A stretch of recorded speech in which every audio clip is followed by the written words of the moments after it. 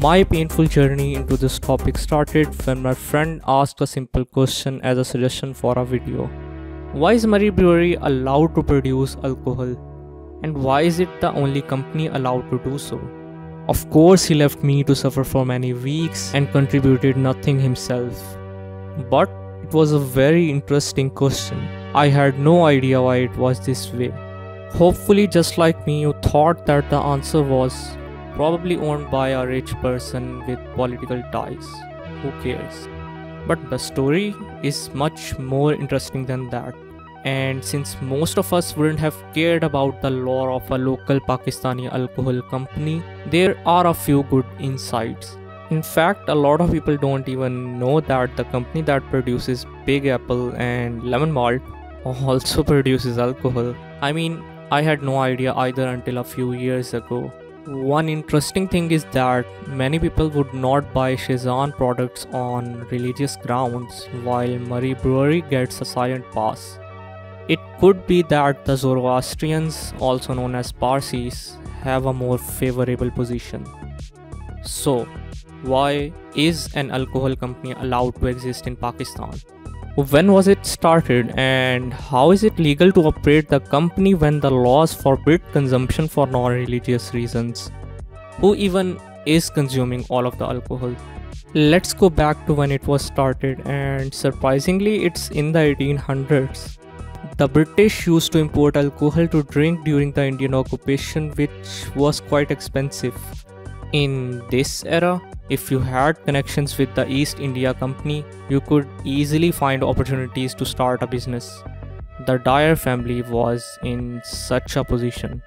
Edward Dyer's older brother John Dyer advised him to start a brewery as it would be profitable to produce it locally in India.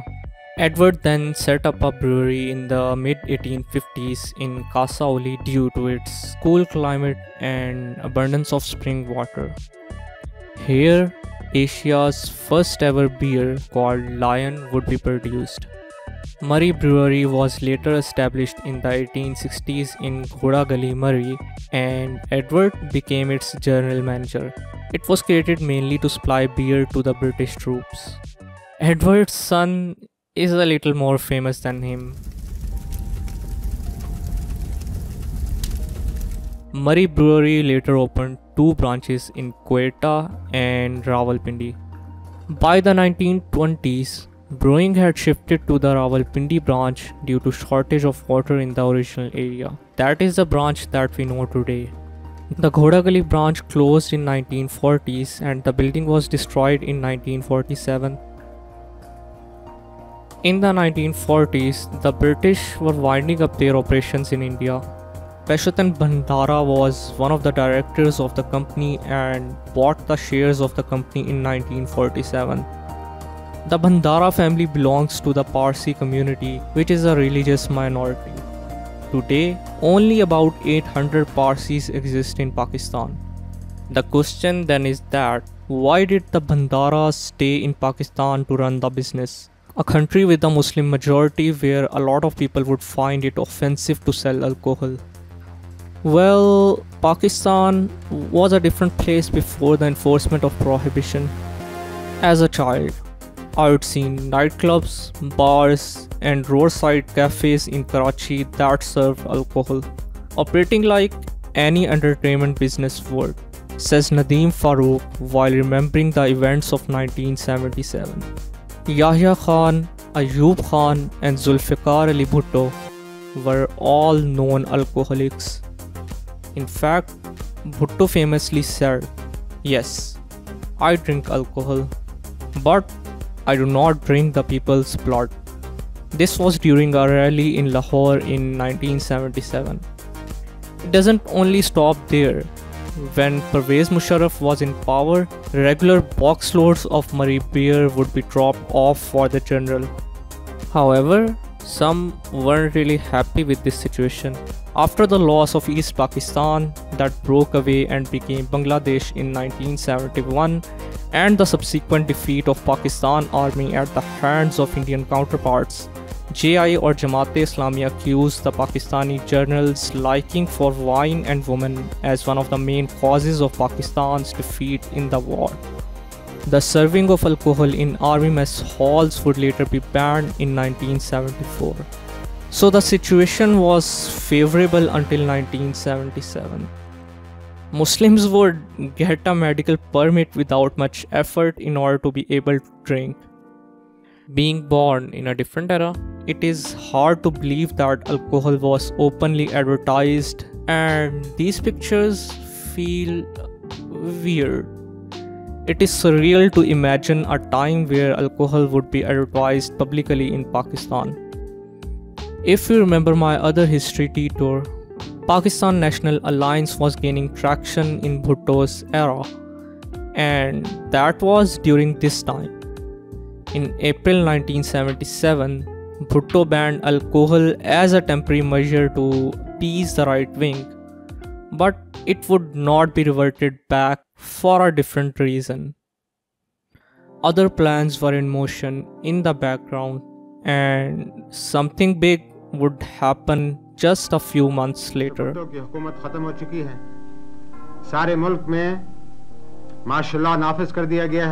The ban was now taken much more seriously. Zia would publicize the destruction of smuggled alcoholic drinks, and eventually 2 years later, the Hudud Ordinance would be announced.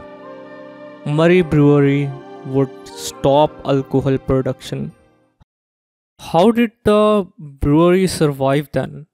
How could the company survive while producing no alcohol for 2 years? And why was it allowed to open after 2 years in 1979? To understand that, I need to introduce someone. Minocher Bhandara, the son of Peshotan Bhandara, and I need to talk about the events that occurred when he took over the company, which was in the late 1960s after his father's death. In 1969, he would diversify the business and create Tops Juices. He would also create Murree Glass in order to produce the glass bottles instead of buying them. When alcohol production shut down in 1977, the diversification's importance would be realized. This would explain how the company could survive. However, it doesn't explain why the brewery still produces alcohol today. Why would the production be allowed again after 2 years by the same Zia who introduced Hudud Ordinance to formalize the laws to ban the alcohol production and consumption in the same year? For that, let's talk about the physical location of Murree Brewery in Rawalpindi. The land opposite to the brewery used to be owned by the company as well. It had an imposing mansion built in the old British style. It used to be the headquarters of the company. When General Ayub Khan shifted the capital from Karachi to Islamabad, Rawalpindi was temporarily used for the purpose until Islamabad was ready. It is believed that the action of switching the capital was done so that he could live closer to the army headquarters in Rawalpindi. If that is the purpose, I suppose some land near the general headquarters would be ideal for the presidential palace. Let's hope that no one is using this nice old British building across the street. So in short, he leased the lodge and that would become his residence. Later on, this place would become the army house in which both Zia and Musharraf would stay while being in power. Can you see the significance of that? Minocher was essentially the neighbor of Zia for all intents and purposes. Bhutto banned the consumption and exports of alcohol. This was continued by Ziaul Haq, but my father developed a very good rapport with him and he managed to prevail over him to open the brewery after a gap. Liquor was available on a system of permits to non-Muslims, while exports are still banned, is what his son has to say. I cannot imagine anyone else pulling this off. I am amazed that Zia, who would create the Hudud ordinance laws in order to make the country follow Islamic principles, could be convinced and would even add an exception to the law to allow the consumption for religious purposes. Not only that, Minocher would also serve as an advisor on minorities affairs under Zia. Would any of this have been possible if the stars didn't align and Ayub hadn't taken over the lodge that would then become the army house, which would put Zia near the brewery? I am not sure, but I am certain that Minocher was great at business and in dealing with people. We have numbers to back that up. In the 1950s, Murree Brewery had a revenue of around 4 million rupees, and during his term in 2008, the revenue would be 2.5 billion rupees. That's an increase in revenue of about 64,000%. He would pass away in 2008, and his son Asfanyaar Bhandara has been the CEO ever since. Back to the original premise, it would be surprising to know that Murree Brewery isn't the only company producing alcohol. We have Quetta Distillery, Mehran Distillery, and Indus Distillery as well. At some point, a quota of 20% for Indus was forced onto the sellers as a senator owned the company. That would be hard to meet as no one wanted their products.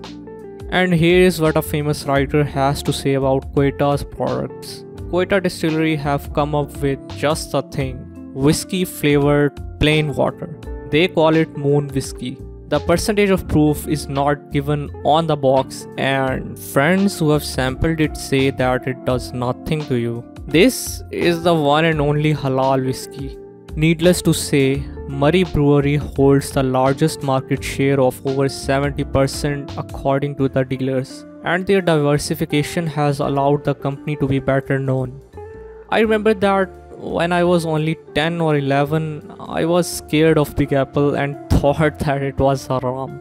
I don't know why that was and how I associated it with alcohol, but it is a funny memory. Even today, more than half of the company's revenue is from the liquor division, which is responsible for a huge part of the company's profit. The revenue has been growing year after year in all divisions. So let's look at some of the numbers from a decade ago when the company produced 820 million half-liter bottles of alcoholic drinks. The question is that who is consuming all of this alcohol? The export of beer was not allowed until a few years ago, and even right now, the exports count for about 0.2% of the total sales. Less than 5% of the total population of 170 million at the time in Pakistan would have been a minority.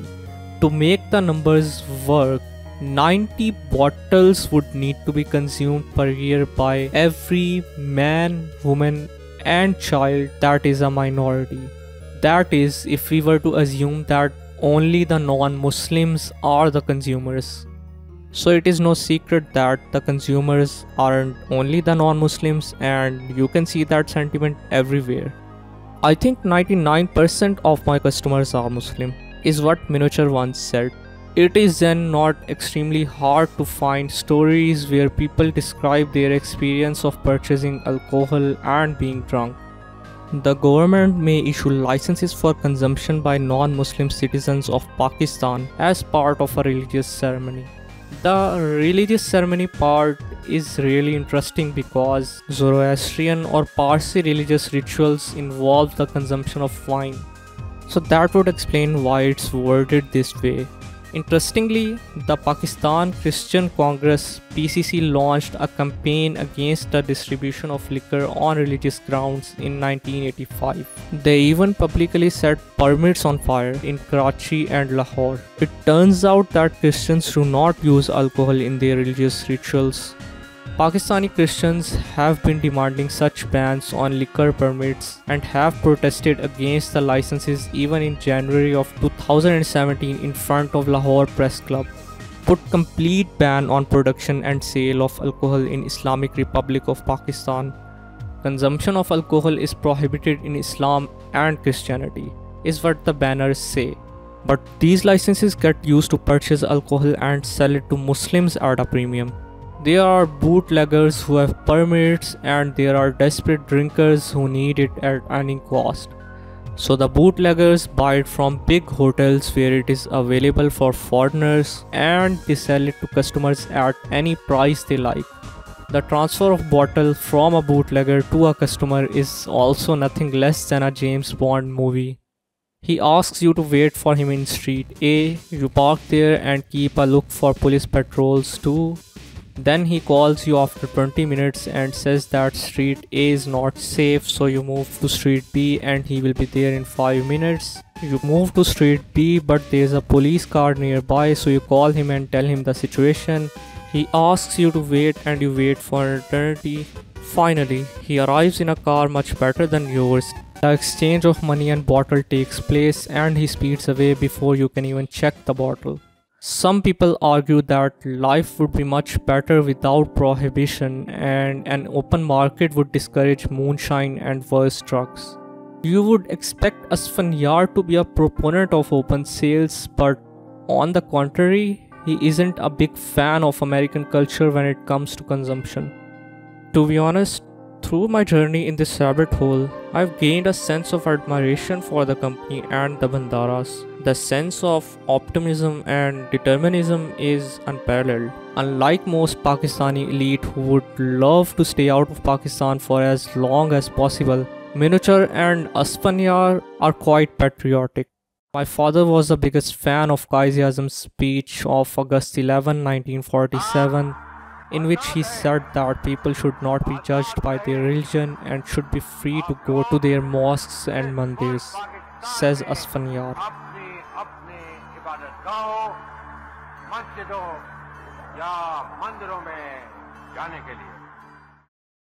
I felt that it's a little unfair for me to sit in my basement and churn out videos after months without actually connecting with the source material. Now, I am not big enough to do good journalism and ask the hard questions from anyone yet, but I felt that it would at least be fair to visit the historical building of 1860s in Ghoda Gali. So I used the budget for the next 5 years of videos and did exactly that. We got in a car and asked the local to take us to the brewery in Ghoda Gali. He was a little confused and asked if we are meeting someone there. The reason for this statement would become a little more obvious later. The locals call the whole area where the building used to be as brewery, and brewery is now detached from what it used to be, and it's just a name of a place where you would find 10 to 20 houses. According to the guy, the area is supposed to be owned by the government, but people have been illegally constructing houses there. Little efforts have been made to protect the site built in the 1860s. It is not a tourist spot by any means.